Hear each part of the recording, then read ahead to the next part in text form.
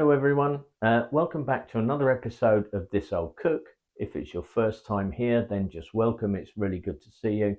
And I'd like to say thanks to the folks that have subscribed to this channel so far. Much appreciated, and I hope you enjoy what I'm doing here. Today we're going to be making Swedish meatballs. It's an authentic recipe that you've probably had them in a well-known Scandinavian furniture store that you spend half your life trying to find your kids in. Um, they did publish a recipe in the book, but it's not this. This is quite different. There may be a couple of ingredients that you might not expect in it, but I can assure you it's about as close as you're going to get.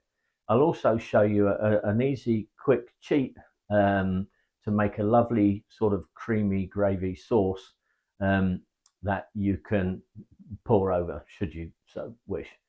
So without further ado, we'll go over there. I'll get set up with the ingredients. I'll go through them with you and show you what we do then. So back in a minute. Right, so here we are then. I have one tennis ball size onion. I'm going to chop it very finely, and then I'm going to sort of caramelize it in a little bit of brown butter and then let it go cold. But I'll show you that. I have one potato, which is about the same size as the onion. I'm going to boil that, and I'm going to mash it and let it go cold. I told you it was slightly different, this recipe. I have some butter, obviously, for cooking the onion. Got some plain white natural breadcrumbs. We've got some nice ground white pepper. Another surprising thing, some allspice. If you're in America, don't worry about Schwartz. McCormick is the same thing. McCormick's bought out Schwartz ages ago. It's exactly the same. It's good quality, only in America you pay 10 times the price. I've got, I'm going to use in the gravy or sauce or whatever, one of these Knorr chicken stock pots. It is really good. They're actually quite good in this. It's a bit of a cheat, but it works really well, I promise you. And I've also got 250 grams of minced pork and 250 grams of minced beef. So I'm going to head over to the cooker now once I've chopped these onions, and I'll show you how I brown and sort of caramelize the onions in just a little bit of brown butter. So back in a minute. Right, hope you can see that all right. I've got it on quite high, so I'm going to go in with about 20 grams of butter.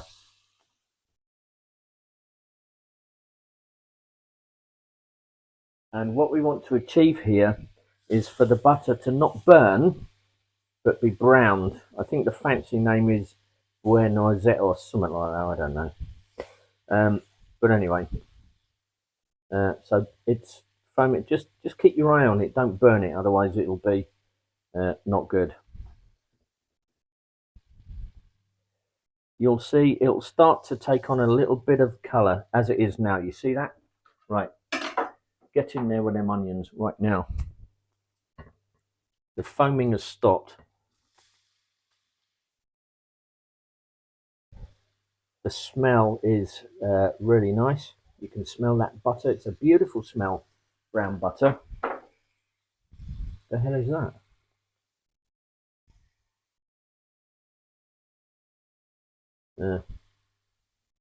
Let's get all these bits of onion in there. Right, this is going to take about 10 minutes. So I'm going to turn the heat down now. We don't want it too high because we don't want the onions to burn or they go bitter. So I'll do this and then we'll come back and I'll show you sort of where we are then. So back in a minute. Right, so it's been a little bit over 10 minutes, about 12 minutes now. The onions are nicely caramelized. Um, I can't explain it, but there's a strange thing that happens with onions that you've gently cooked in a bit of brown butter. Once they go cold, the flavor changes. I don't know why it changes. I can't explain it, but it's like tremendous. It's a main flavoring in these meatballs. So don't skip this process because it's very strange. When you have to let it go cold. Don't put it in the fridge, or the butter will solidify. You don't really want that. So just let it come down to room temperature. So I peeled that potato. Um, I mashed it, cut it in four, mashed it. Um, use plenty of salted water because the only time you can get any flavour in potatoes is before you cook them. Other than that, it's really difficult to get salt in. So I'm going to put this now in a bowl, let it go cold, and once it's cold, we'll go back over and I'll show you how we make the mix, assemble the meatballs, and then we're going to roast them. But we'll come to that. So back in a minute. Right, I hope you can see that all right. So let's assemble this mix together. So as you remember, I've got 250 grams of minced pork, 250 grams of minced beef. The minced beef is 12% fat. So I have the onions here. I'm just going to bob the onion. See the onions? Okay, they're just completely cold. They go in.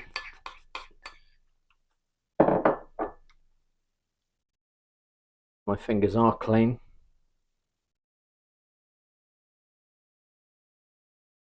The mashed potato, remember?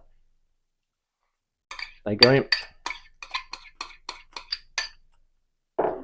That was 2 small mashed potatoes or 1 tennis ball size mashed potato, cut into 4, peeled and cut into 4, cooked, mashed, left to go cold. I have half a cup of those white breadcrumbs. They can go in. Now into the white breadcrumbs, we're going to have just a little tiny splash of water. I can't really say how much it is. It's just a tiny little sort of splash, just to moisten them slightly. I guess that was probably 20 milliliters, something like that. Maybe 15, something like that. What we're going to add now is half a teaspoon of allspice. Now remember what I said, not mixed spice. Mixed spice is something completely different. And the last thing you want is your meatballs to taste like Christmas pudding. I can't tell you, for those that know me, I can't tell you how difficult it is for me to not make any double entendres during this dish. I'll do my best. The odd one may slip out. So half a teaspoon of allspice. That is a measured half, not a teaspoon that you stir your tea with. We need, using my enormous strength, I'm going to get the lid off this white pepper, and I'm going to add, where are we? A quarter teaspoon of, sort of heaped teaspoon of ground white pepper.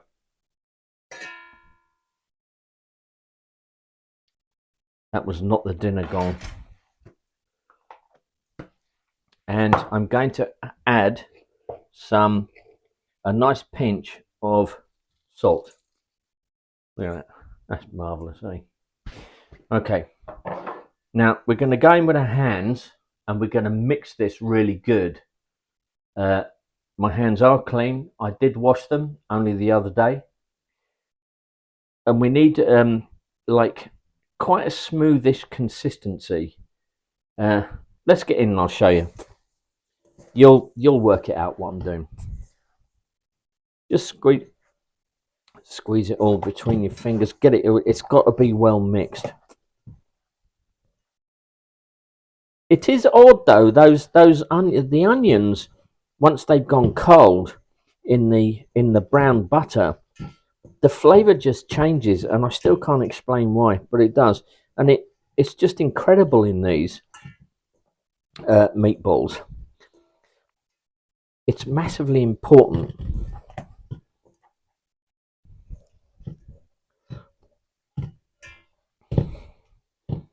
Give them a right good squeeze like that. Look at that. Ugh. Give them a right good squeeze through your fingers. Get a good mix. Are we going to use any egg? You don't need egg. You don't need egg. Sometimes I find difficulty speaking. You don't need any egg.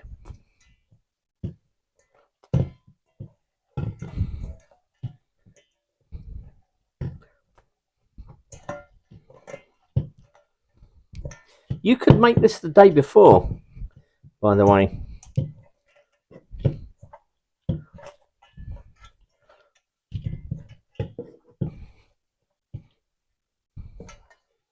And just keep it in the fridge.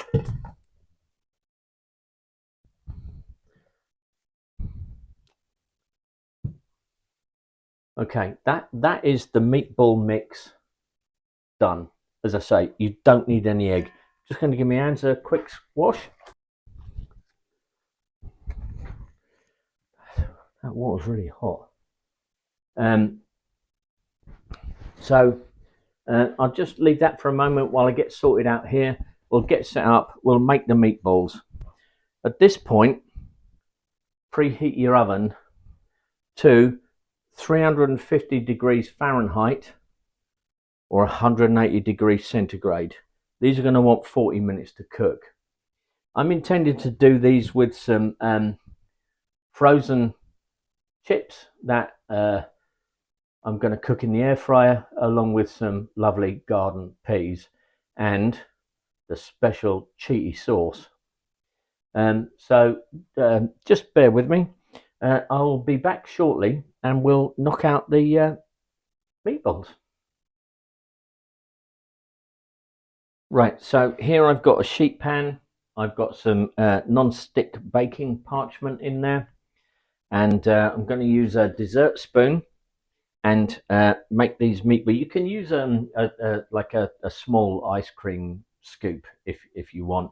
I just use a dessert spoon. So I'm going to show you doing a 2 or 3, and then I'll get on and do them all. If you don't need, this will make probably 25 meatballs.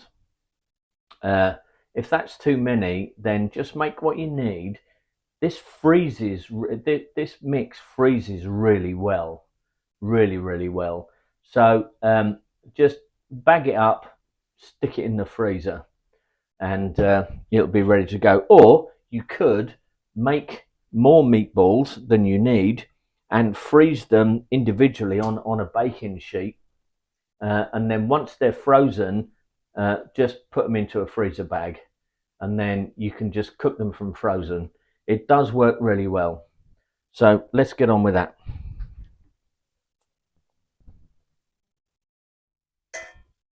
These are probably less than golf ball size. There. As long as they're very similar size, they don't have to be exactly the same. If you want to weigh them out and make them exactly the same, then fine. But they don't need to be.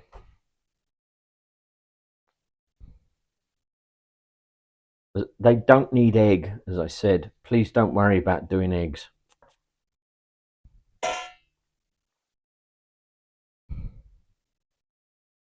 If you make them the same size, then they'll cook at the same size.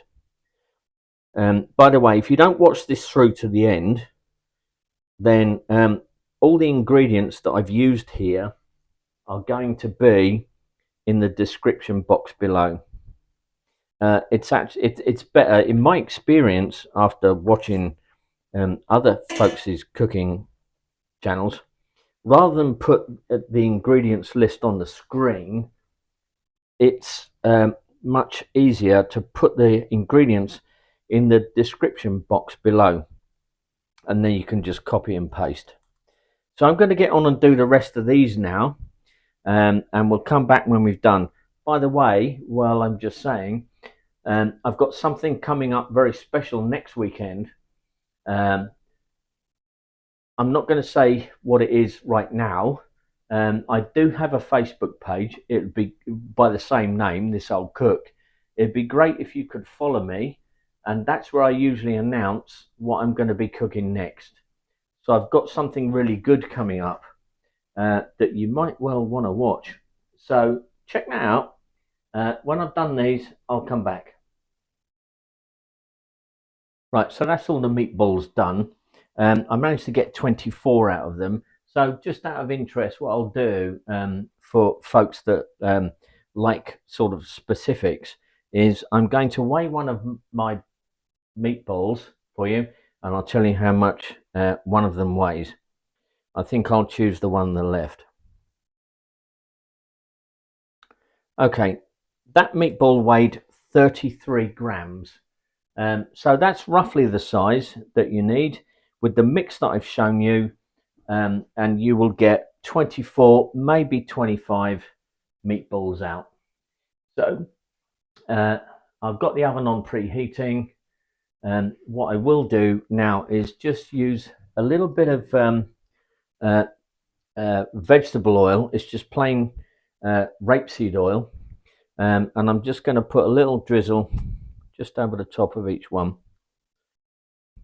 It is on a non-stick baking sheet, but if you haven't got one of those, it doesn't matter. Just use a bit of non-stick baking parchment. They don't tend to stick anyway. So that's those now. They're ready to go in. So you preheat your oven, as I mentioned before, 350 degrees Fahrenheit, 180 degrees centigrade. That's a fan oven. We're going to cook them for 40 minutes. I'm going to serve them with some chips that I'm going to do in the air fryer.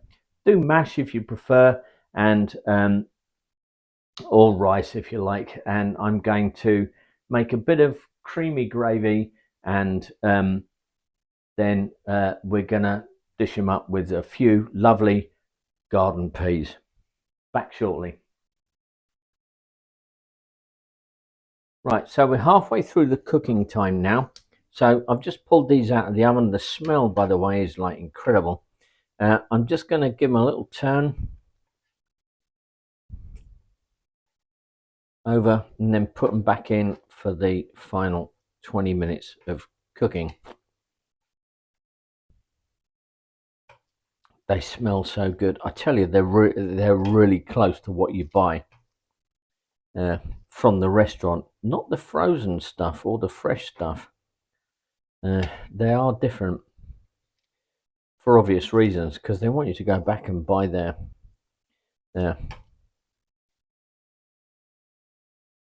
restaurant meatballs. I swear these are identical. I bloody swear they are. Right, so I'm going to bob that back in the oven for the last 20 minutes.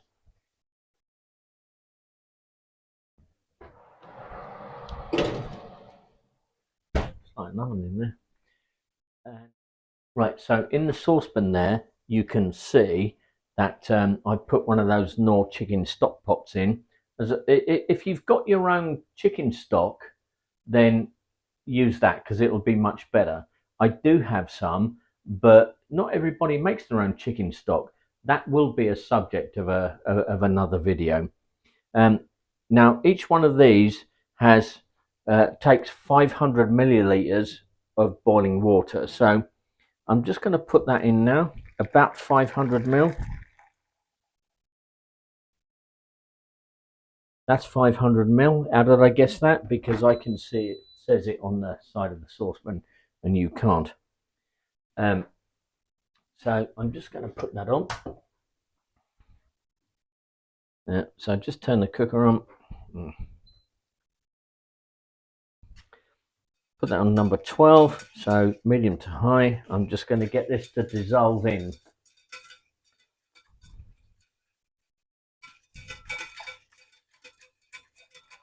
We need to bring it up to a simmer.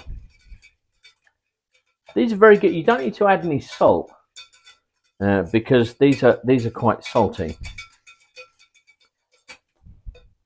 So this is how I do it if I want a quick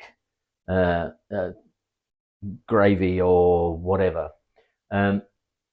What we're going to add as well to this, once it comes up to a bit of a simmer, I'm going to use some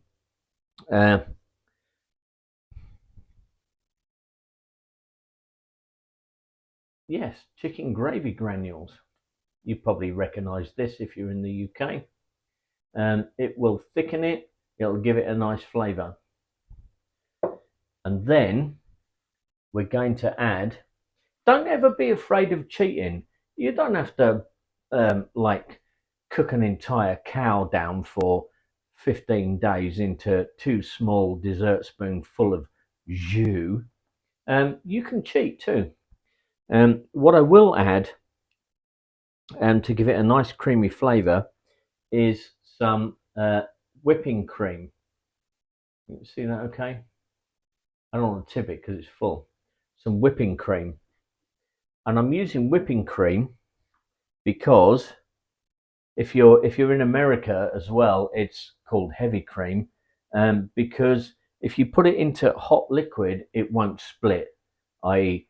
the fat won't separate from everything else and make it nasty. So I'm just gonna bring that. You can see now it's starting to come up. I'm just gonna stick with it and show you this so you can see. Meatballs are in the oven, smelling great.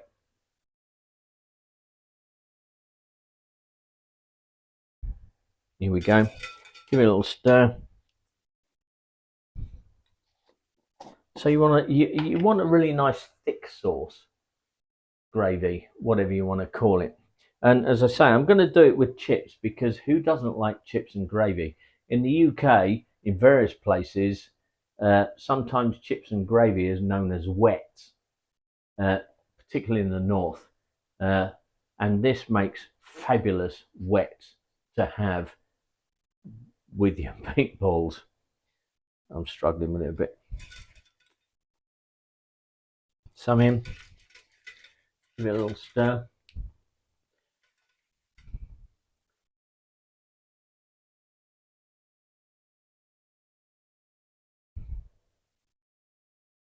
What I'm watching for is it to start to thicken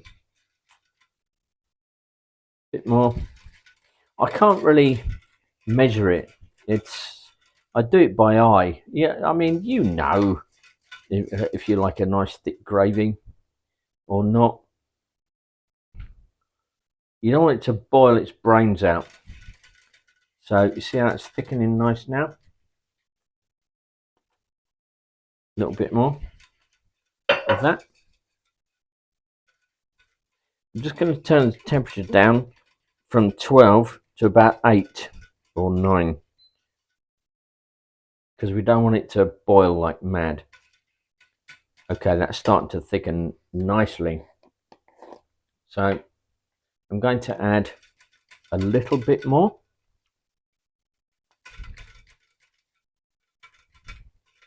As I say, don't be afraid to cheat. It's fine to do this. Don't let anybody tell you otherwise. Okay, that's looking quite thick now. Hope you can see that, how thick that is. Yeah, it's really thick. So what I'm going to do now is I'm going to turn the heat off under it because I'm going to add my cream. Don't put the cream in when it's boiling. Just turn it off for a few minutes. I just put a splash of cream.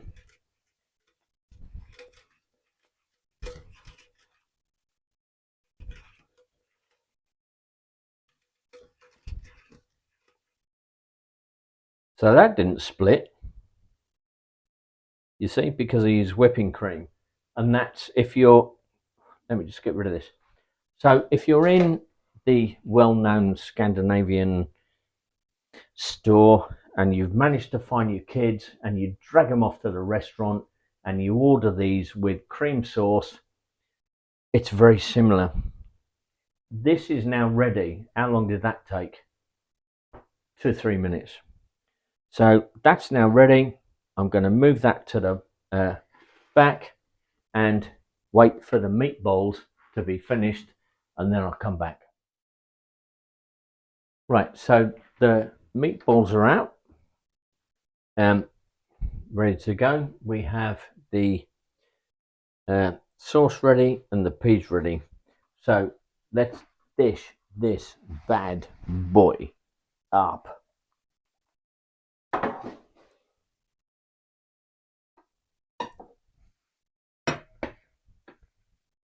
I'm just going to do one plate.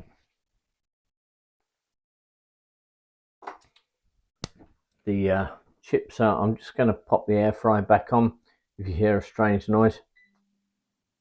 Yep. I like to do at least 10 meatballs each because I just do.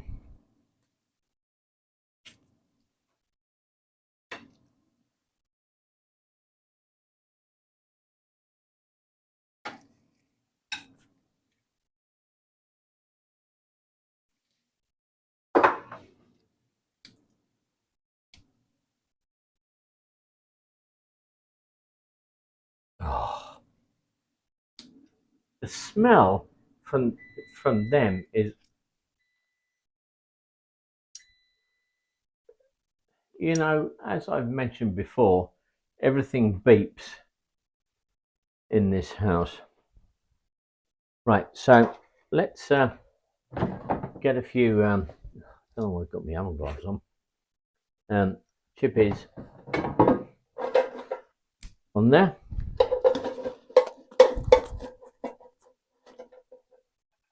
A few little frozen chips. That wasn't me.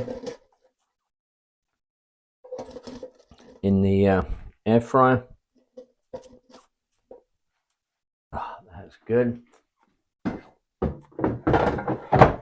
put them back in there just now.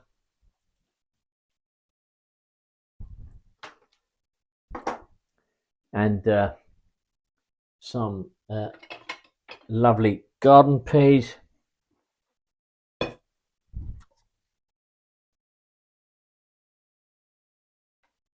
Lovely garden peas. I love garden peas. I like petit pois as well. A bit weird. Right, okay. So I have a pre-warmed gravy boat.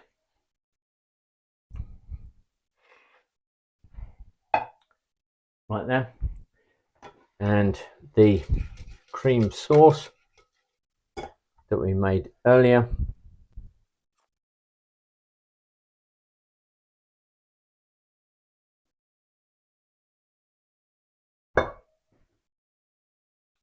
Is right there.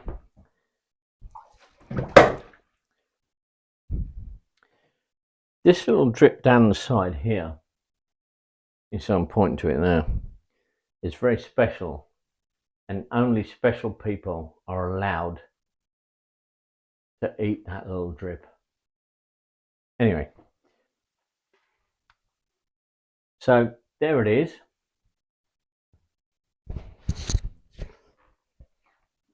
Let me just yeah, so we've got 1, 2, 3, 4, 5, 6, 7, 8, 9, 10. Because we all love meatballs, right? I'm going to do 11 and 12 because that's how many meatballs we made. And we got this lovely gravy that we're going to, you ready? We're going to pour this stuff all over. It's funny, eh? How the cream sauce looks exactly like you get in IKEA, even though you may think it's a bit weird, but actually it's the same. Yes, it is. So with that in mind, I'll bid you farewell, and we're just gonna chow down like nobody's business. Oh yeah. Well, I do hope you enjoyed that. If you did, then give it a thumbs up. Subscribe if you want. It's free, doesn't cost anything. It helps the channel out. Uh, Coming up next week is something quite special, but I'm not going to say what it is here. I do have a Facebook page. I'll put the link in the description down below. Also, the ingredients are for this dish are in the description down below. So go ahead, check that out. Rather than put them on the video, if I put them in the description box below, you can do a copy and a paste, so you've got all the ingredients all written down. So do give these a try, and I'll catch up with you and see you on the next one. Thanks for watching.